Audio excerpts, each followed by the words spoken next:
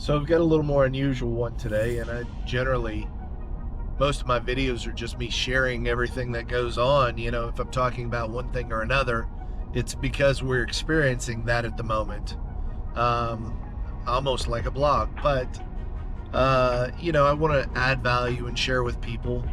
And I'm curious if you've dealt with this, but I had someone call last night and they were interested in one of my houses. And specifically, they were interested in a house that has had a long time tenant in it. They were asking if they could rent it. They'd be happy to go in, do the things, and just get in there and do what needs to be done. Like, well, my understanding is we've got a tenant in there. And really, they called last night, like 7 o'clock or so. Which we didn't take the call, and then they called again this morning during business hours, and we had a conversation with them, and just I wasn't even sure we were talking about the same property, but this is a tenant who's been in this property for 10 to 12 years really. So really a good tenant. She's had her ups and downs. She's struggled. Her rent isn't subsidized. It's not one of those that we've got on Section 8. It's actually a really nice home. It's got central heat and air, a little 2-bedroom, just a simple home, good home. But the thing is, from what I understand, her lease wasn't up until September, and from what I understand, she's just moved out. Hasn't called, hasn't texted, hasn't. And we've always had good dialogue, good rapport with each other.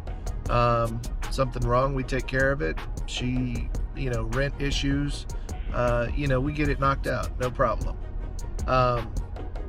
So I'm curious, really curious. Have you dealt with this?